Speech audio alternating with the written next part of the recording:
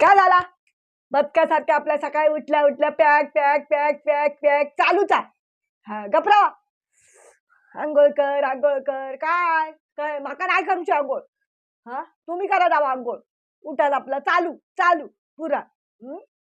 मोठे स्वच्छतेचे भोगते. चिखल जाणार नाही कोणचो तुमचो की माझो. हा तो एवढे साबणा लावतात शॅम्पू लावतात कसली कसली क्रीमा लावतात आणि कसली पावडरी लावतात कसली औषधा त्याला तुपा काय काय लावतात तरी गेलो काय चिखल अंगाचो इतक्या वर्षात नाही ना. आणि अंगाचो चिखल कसो जाय त्याच्यासाठी ना मनाचो चिखल घालवा आधी. अंगाचा काय पडला शरीराचा काय पडला शरीराची स्वच्छता म्हणे.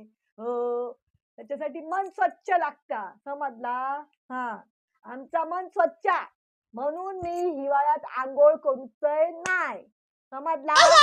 चला फुटा म्हणे माका सांगतो स्वच्छतेचे भोगते. स्वतःचा पहिला मन स्वच्छ ठेवा.